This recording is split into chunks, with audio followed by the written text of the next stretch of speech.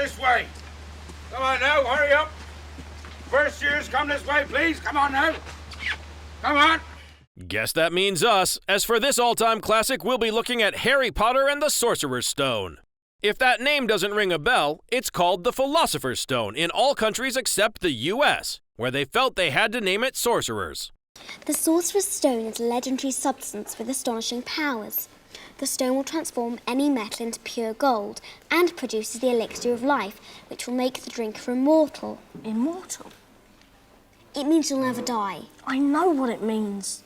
This film is of course the one that launched the now legendary franchise, so it was extremely important that the makers live up to the standards of the novel and not upset any fans. Also, casting was vital. Literally thousands of kids auditioned for the parts of Ron, Harry, and Hermione. Especially the latter role was really hard to fill.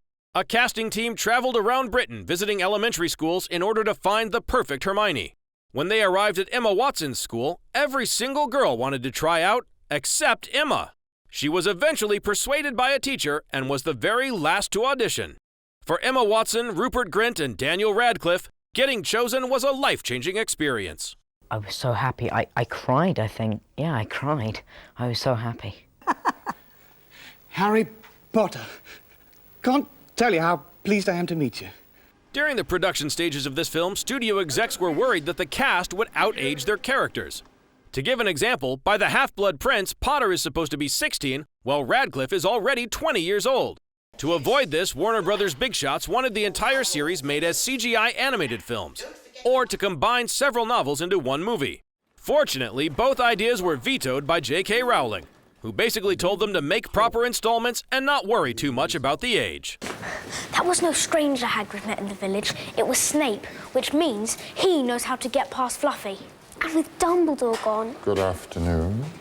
In the end, this very first Potter flick became a mega hit, grossing almost $1 billion while also earning good reviews. As for the actors, Emma Watson and Daniel Radcliffe eventually became big-time movie stars.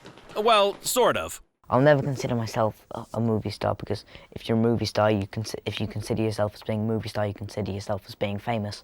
And I think people who consider themselves as being famous often aren't very nice. Sadly, this Potter-themed episode has come to an end. If reliving all these wonderful Hogwarts moments didn't get you excited for Fantastic Beasts, then we don't know what will. Let's conclude it all with our favorite magic spell. Wingardium Leviosa. Wingardium Leviosa. Ah, much better.